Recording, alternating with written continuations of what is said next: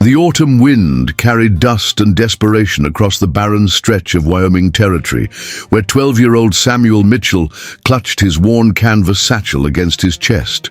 His parents' wagon had been found overturned 3 days prior, victims of a flash flood that swept through Devil's Canyon like the hand of an angry god. The boy's hollow cheeks and sunken eyes spoke of hunger that gnawed deeper than the October cold. His only possessions were the clothes on his back, a tattered Bible, and 2 wrinkled apples, the last remnants of his family's provisions. The nearest settlement lay 40 miles east, but Samuel's bare feet were already bleeding through the holes in his father's oversized boots. He had been walking since dawn, following the old trading route that his father once called the lifeline of the frontier. The endless expanse of sagebrush and rocky outcroppings offered no shelter, no comfort, only the promise of another harsh night under stars that seemed to mock his solitude. Samuel's stomach cramped with such violence that he doubled over, his vision swimming with black spots. The 2 apples in his satchel called to him like sirens, but something deeper than hunger stayed his hand. His mother's voice echoed in his memory. "Samuel, a man's character ain't measured by what he keeps, but by what he's willing to give when it costs him everything." The words felt both like a blessing and a curse as he forced himself to keep walking. As the sun reached its merciless peak, Samuel spotted a figure slumped against a weathered boulder ahead. The man's long black hair hung in matted tangles around his gaunt face, and his buckskin clothing bore the intricate beadwork of the Lakota people. Blood seeped from a wound in the man's side, staining the earth beneath him a deep crimson. His breathing came in shallow, labored gasps that spoke of a body pushed beyond its limits. Samuel's heart hammered against his ribs as he approached. Every story of savage Indians his neighbors had whispered around campfires flooding his mind. Yet something in the man's eyes, a dignity that transcended pain, made the boy pause rather than flee. The warrior's lips were cracked and bleeding, his dark eyes unfocused with fever and delirium. Samuel knelt beside him, noting the man's obvious thirst and starvation that mirrored his own desperate condition. No words passed between them, but understanding flowed like water between 2 drought-stricken souls. The boy's hands trembled as he reached into his satchel, feeling the smooth skin of his precious apples. His stomach clenched in protest, reminding him that he hadn't eaten in 2 days, that these fruits might be the difference between life and death. But the warrior's labored breathing grew more shallow with each passing moment, and Samuel knew with crystalline clarity what his mother would have done. Without hesitation, Samuel pressed his largest apple into the warrior's weathered palm, then helped lift the man's head to take small, careful bites. The juice that ran down the warrior's chin might as well have been liquid gold, and each swallow seemed to kindle a spark of life in his fading eyes. The man's grateful gaze locked with Samuel's, and though no words were spoken, a profound understanding passed between them, one soul recognizing another's sacrifice. The warrior managed to consume half the apple before exhaustion claimed him again, but his breathing steadied, and color began to return to his ashen cheeks. Samuel carefully wrapped the remaining fruit and placed it beside the man, along with his own water-stained Bible as a pillow. As evening approached, Samuel prepared to continue his journey toward the distant settlement, though his legs shook with weakness and his vision blurred from hunger. The warrior had slipped into what appeared to be peaceful sleep, his chest rising and falling with more regularity than before. The boy touched the man's shoulder gently, whispering a prayer his mother had taught him for travelers and the lost. Something deep in his spirit told him this encounter was more than mere chance, that the threads of fate had woven their paths together for reasons beyond his understanding. As he turned to leave, Samuel felt eyes watching him from the surrounding hills, though he could see nothing in the gathering darkness. The night that followed tested every fiber of Samuel's resolve as he stumbled through the wilderness, guided only by starlight and the distant howl of coyotes. His remaining apple felt heavier than a stone in his satchel, its weight both a temptation and a reminder of his choice. Every step sent spikes of pain through his battered feet, and his empty stomach had long since stopped growling, settling into a hollow ache that seemed to consume him from within. The temperature dropped with the sun, and soon Samuel was shivering violently, his thin jacket offering little protection against the high desert cold. Yet something kept him moving forward, a voice in his heart that whispered of purpose and promises yet to be fulfilled. As the first pale light of dawn began to creep across the eastern horizon, Samuel crested a small ridge and saw something that made him question his sanity. The warrior he had helped was standing in the valley below, but he was no longer alone. Arranged in perfect formation around him were hundreds of mounted Lakota warriors, their war paint gleaming in the early morning light, their weapons at rest, but clearly visible.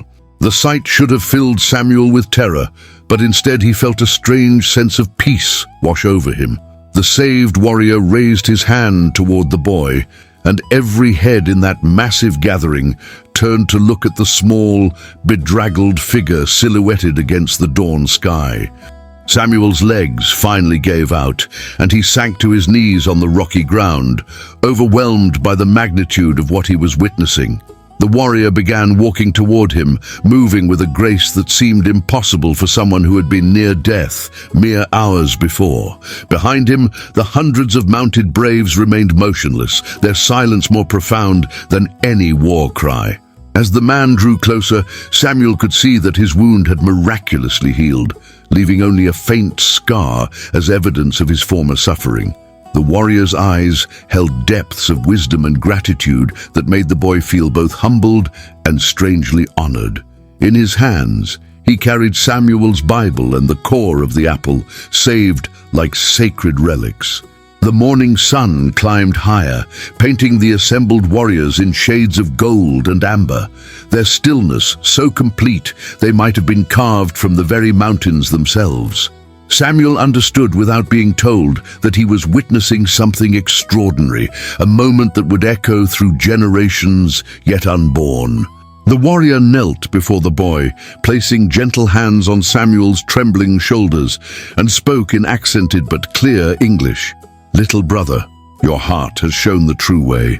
Today, you are under the protection of the 7 tribes, and your kindness will be remembered when the great wheel turns again." As if summoned by his words, riders began appearing on every ridge and hilltop surrounding the valley, their numbers growing until the very landscape seemed alive with silent guardians, all facing the sunrise in Samuel's honor. The warrior who Samuel had saved introduced himself as Chief Running Bear of the Oglala Lakota, his voice carrying the weight of ancient traditions and hard-earned wisdom. His presence commanded respect from every brave in the vast assembly, yet his demeanor toward the boy remained gentle and reverent. Running Bear explained that Samuel's act of selfless compassion had fulfilled an old prophecy spoken by their medicine man many seasons ago about a white child who would bridge 2 worlds with pure heart. The apple core he still held was already being passed among the tribal elders as a sacred token, its significance growing with each whispered word. Samuel listened in amazement as the chief revealed that his wound had been inflicted not in battle, but during a vision quest where the spirits had told him to wait for the coming of a golden-hearted boy. As the sun climbed higher, more warriors continued to arrive from distant camps, their horses thundering across the plains like living thunderclouds. Each new group brought with them the colors and symbols of different tribes: Cheyenne, Arapaho, Crow, and even some Blackfoot who had traveled for days to witness this unprecedented gathering.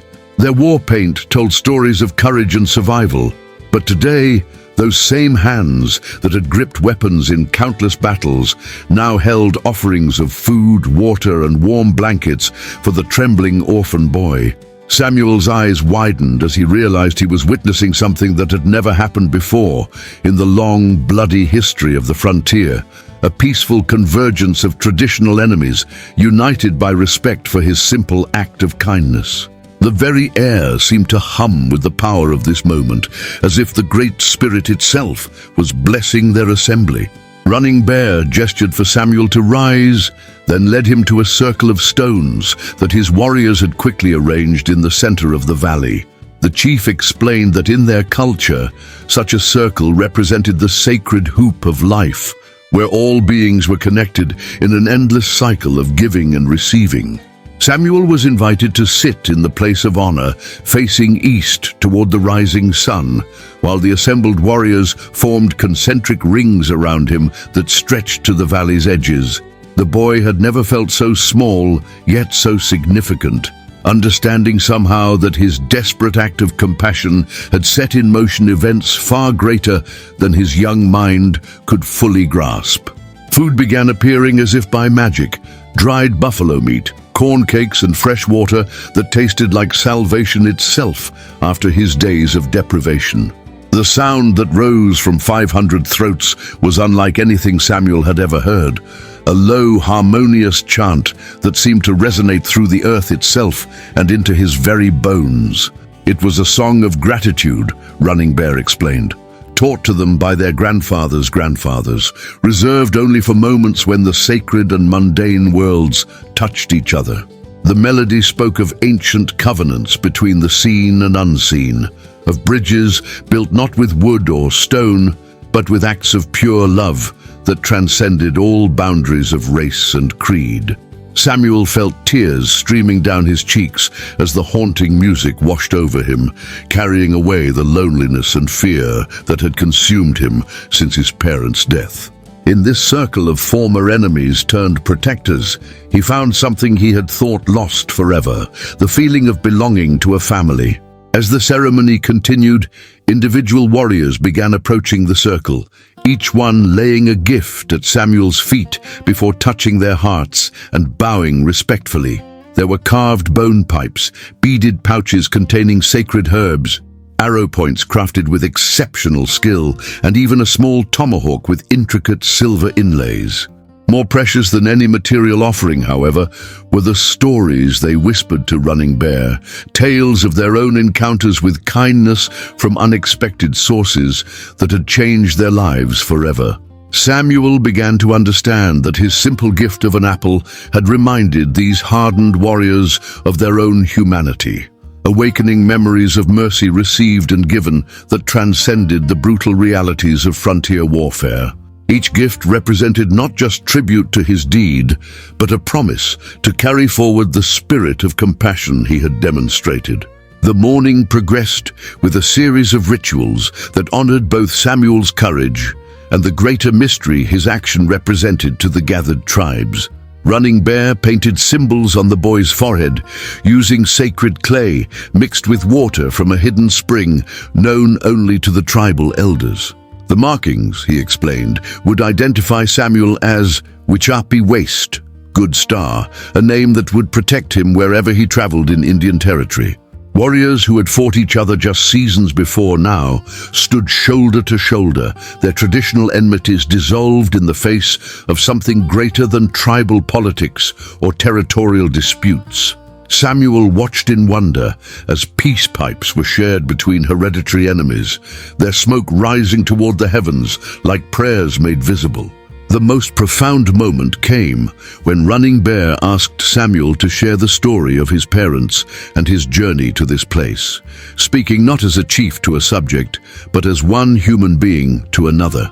The boy's halting words, spoken in a voice still cracked from thirst and emotion, told of love lost and hope nearly extinguished, of walking through wilderness with nothing but faith to guide his steps. His simple honesty moved the gathered warriors to complete silence, many of them recognizing their own stories of loss and survival in his words. When Samuel described his mother's teachings about giving when it costs everything, Running Bear translated his words into multiple tribal languages, ensuring that every warrior present could understand and remember. The chief then declared that Samuel's mother's wisdom would be passed down through their oral traditions, becoming part of their sacred teachings for generations yet unborn. As the sun reached its zenith, casting short shadows in the valley, Running Bear announced that the time had come for the great decision that had brought so many tribes together. He explained to Samuel that his act of kindness had created what their medicine men called wakenda, a sacred obligation that bound all who witnessed it to protect and honor the one who had shown such pure heart. The assembled warriors had come not just to pay respect, but to formally adopt Samuel into their extended tribal family, granting him safe passage and protection throughout all their territories. This was unprecedented in their history, the chief revealed, but then so was finding a starving white child who would give his last food to a dying enemy without thought of reward or recognition. The formal adoption ceremony required Samuel to make a choice that would shape the rest of his life. He could accept their protection and live among them as an honored member of their communities, or he could continue his journey to the white settlements with their blessing and a promise of perpetual sanctuary. Running Bear made it clear that either choice would be respected, but that once made, it would bind him in spiritual ties that even death could not break. Samuel felt the weight of 500 pairs of eyes upon him, each warrior waiting to see what path the boy, who had shown them the meaning of true courage, would choose. The silence stretched like a bowstring, pregnant with possibilities that would echo through the ages. The boy closed his eyes and felt his mother's presence as clearly as if she were standing beside him, her hand warm upon his shoulder and her voice whispering the guidance he desperately needed. When he opened them again, Samuel looked directly into Running Bear's wise face and spoke the words that would seal his destiny. I choose to walk between both worlds, to carry the medicine of understanding wherever the Great Spirit leads my feet. The chief nodded solemnly, recognizing in the boy's words an echo of his own Vision Quest revelation, and raised his arms toward the sky in a gesture that was immediately echoed by every warrior in the valley. Thunder rolled across the clear morning sky as if the heavens themselves were blessing this moment, and Samuel knew with absolute certainty that his life would never be ordinary again. The thunder that had blessed Samuel's words was followed by an ominous rumbling from the eastern ridge, but this sound came from hoofbeats rather than storm clouds. A dust cloud rose against the horizon, revealing a column of blue uniformed cavalry advancing at full gallop toward their sacred gathering. Running Bear's expression hardened as he recognized the insignia of Colonel Marcus Thornfield's 7th Cavalry, a unit known throughout the territory for its brutal enforcement of government treaties and its commander's particular hatred of any Indian assembly. The peaceful ceremony that had united ancient enemies now faced a threat that could transform this moment of spiritual significance into a battlefield soaked with blood. Samuel felt the tension ripple through the assembled warriors like wind through tall grass, their hands instinctively moving toward weapons while their eyes remained fixed on their young charge. Colonel Thornfield rode at the head of 200 mounted soldiers, their sabers gleaming in the noon sun and their rifles loaded for the massacre he had been anticipating since receiving reports of the unprecedented tribal gathering. His weathered face bore the scars of 20 years fighting Indians across the frontier, and his pale blue eyes held the cold calculation of a man who saw native peoples as obstacles to manifest destiny rather than human beings. Behind him rode Captain James Morrison, a younger officer whose conscience had been steadily eroded by years of following orders that violated every principle he had learned at West Point. The column's approach sent smaller wildlife scattering in all directions, as if even the animals sensed the violence that rode with these men in blue.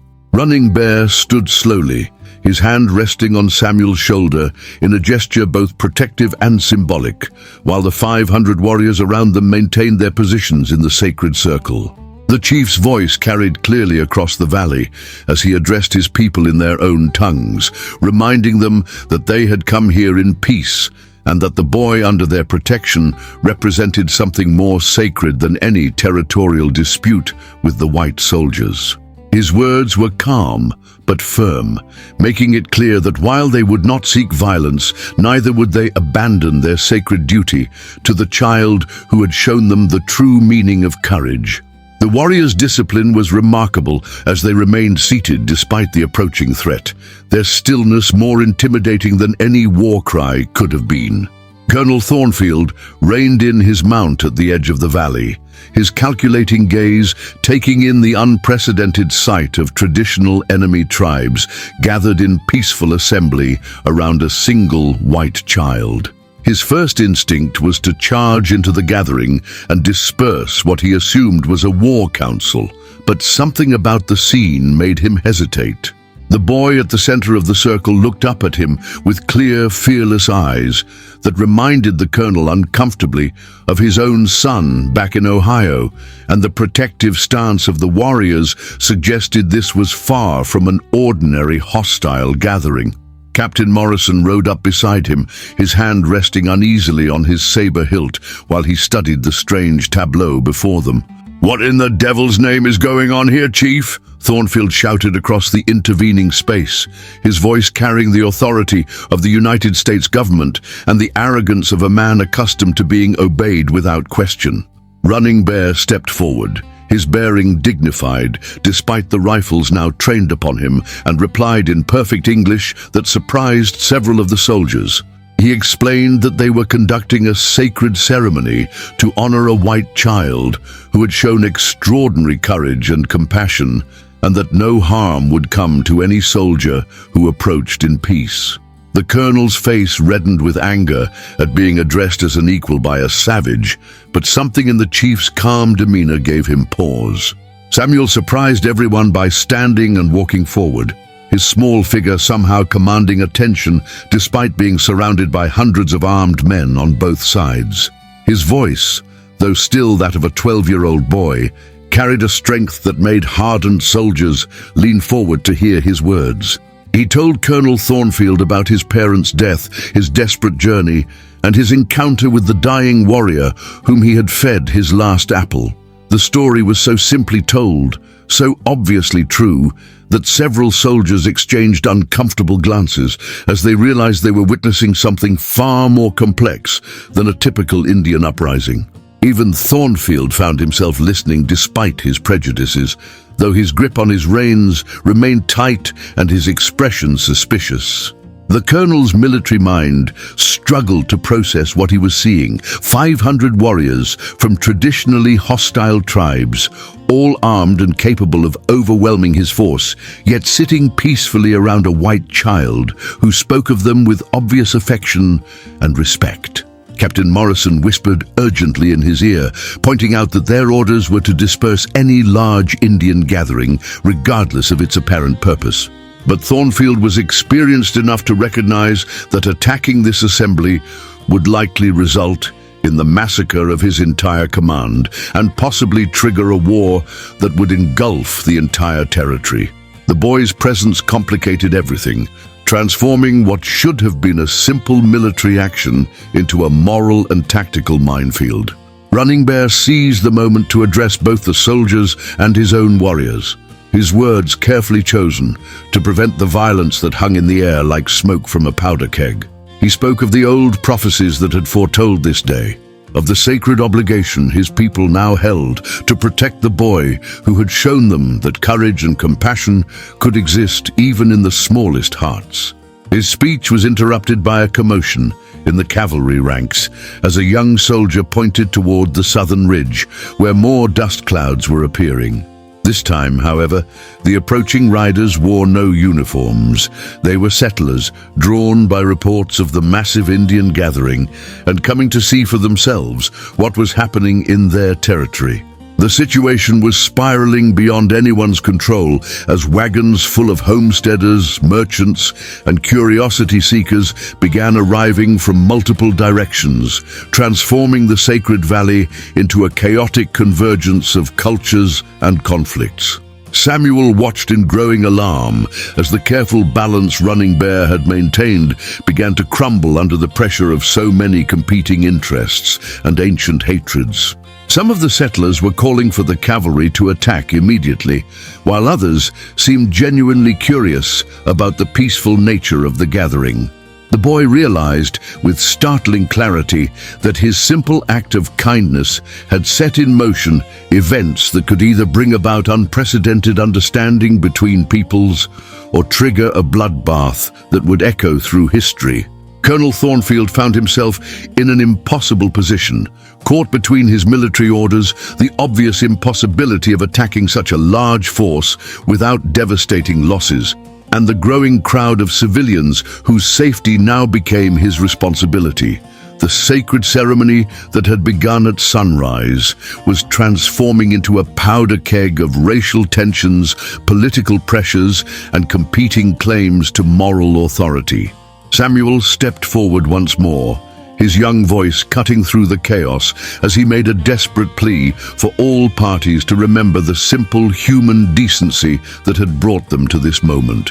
But even as he spoke, he could see men on both sides fingering their weapons, and he knew that one spark could turn this valley of peace into a scene of unimaginable carnage.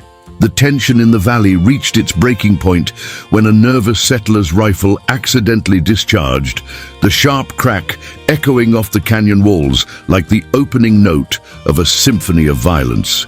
Every warrior's hand moved to his weapon while soldiers raised their rifles, fingers hovering over triggers as hundreds of eyes searched for the first sign of hostile movement.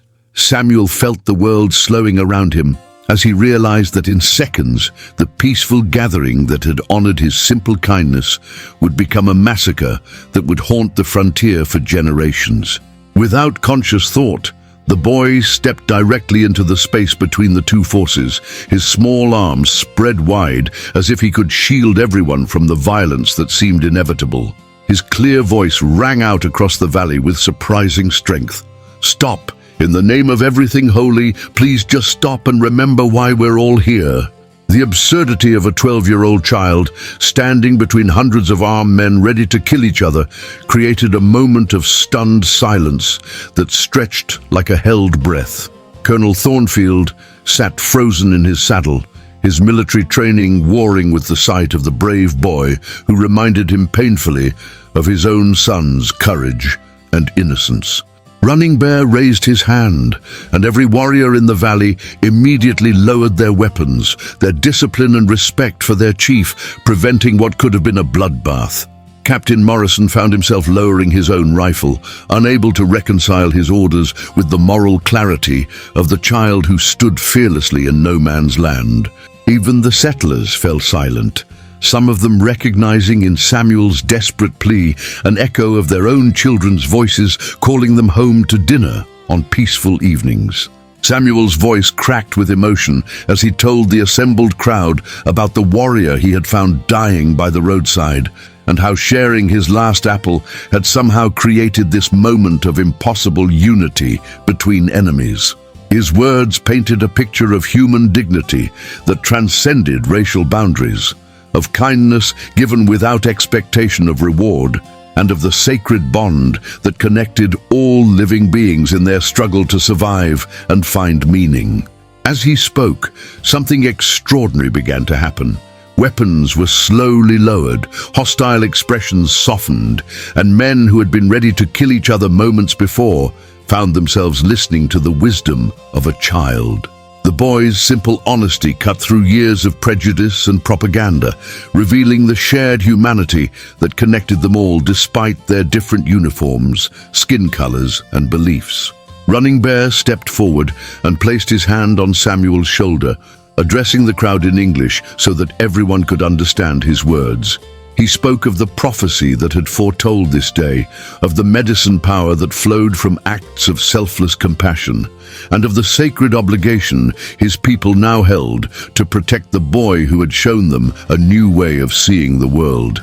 The chief's dignified bearing and eloquent words challenged every stereotype the settlers and soldiers held about savage Indians, while his obvious affection for Samuel demonstrated that love and respect could indeed cross racial lines. Several of the civilians began nodding their heads in understanding, recognizing the truth in his words even as their prejudices struggled to maintain their hold.